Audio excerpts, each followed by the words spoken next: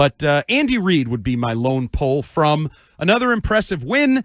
And Josh Allen, well, Josh Allen, I love you, but at some point you're going to need to get over the Patrick Mahomes hump. What is there to honestly, like, aside from, the wife graded on people, the brother's a tool bag. I get it.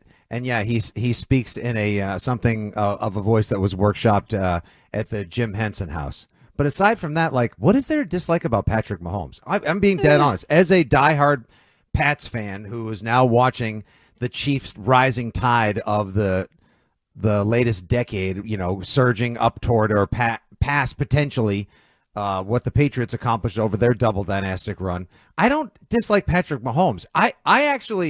I respect, I admire, I enjoy watching greatness. The guy puts in the work, shows up every year with a body made by Brigham's and Bud Light, and then by the end of the season, he's in the game that matters most. Like, respect to that as well. Like, he's sure, yeah, his dad was a super successful athlete and a relief pitcher, so he came from good stock. It's not like his dad was someone who owned a hardware store and his mom was a secretary 50 years ago. Like, it's pretty impressive what he's put together. And yeah, Andy Reid's awesome. There's a couple people in the Chiefs I don't love, but like, I don't find them as annoying as everyone else does. What do you think is the one thing that makes the Chiefs so, quote, insufferable to everyone? And why does it rhyme with schmeffery? Well, it's the winning. It's the winning and the perceived assistance from the Stripes, the Zebras, which no one seemed to worry about back when the Patriots were getting said assistance from the Zebras for a long period of time. Never got it like this. Get out of here. Oh, I think they got it just like this. I mean, a lot of people in Oakland/Las Vegas believe it was the dumbest rule in history that jump-started it. There was a bigger one for sure at the beginning of it all. That said, like, there's a consistency to this now that's sort of like, wait, you guys are still going to stay with the script of like just put a freaking. I saw some guy write down. I saw a tweet earlier today, like, so a drone can strike from 25,000 feet up in the air with pinpoint accuracy. You can launch a missile 5,000 miles away and land it on a football field if you want to. And I can tell you within inches where my phone is anywhere in the world. But we can't do something on a football to make sure that we get the line of scrimmage right? Oh, they can. They're not fully confident in it yet. Every football has a chip in it. They've been then do something. Screwing around with it, but they clearly don't have faith in it. And in terms of Patrick Mahomes, I think he's annoying. I respect the hell out of him. I mean, his ability is unparalleled. I mean, he's a unique blend almost of like a Josh Allen and a Tom Brady, because he has the clutch, perfect, does everything with the game on the line. But with he's some more Steph physical. Curry in him too, Andy. Sure, mix whatever you want, greatness in with him. He's also as annoying as F.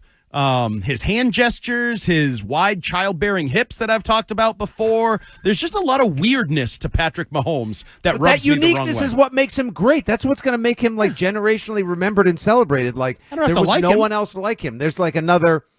All right, this is just, a crazy thing about opinions. They're kind of like neighbors, blank holes, and dentists. We all have them.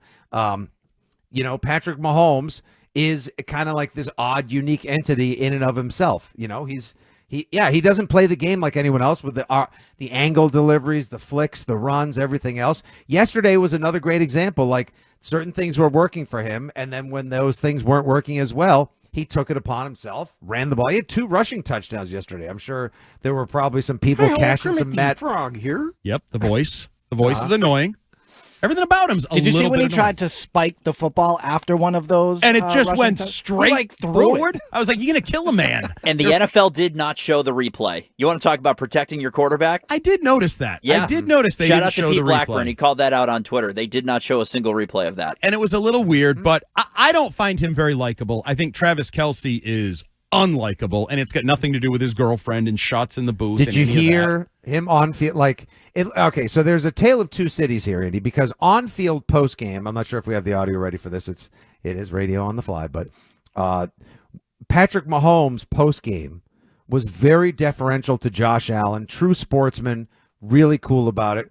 Whereas Travis Kelce was, everybody, we're gonna streak it. We're gonna go to KFC. You guys fight for the right to part. So bad. Well, he's a knockoff version of Gronk in so many ways, on the field and off the field. He wants to be sort of the frat boy party guy. Remember one of the times he did, you got to fight for your right to party or something when he was on Yeah. stage. Like he's 2 always years ago. He's always got like a little prepared something, and I don't know. Jim Nantz might have wanted to prepare a little bit something more. 617-779-7937.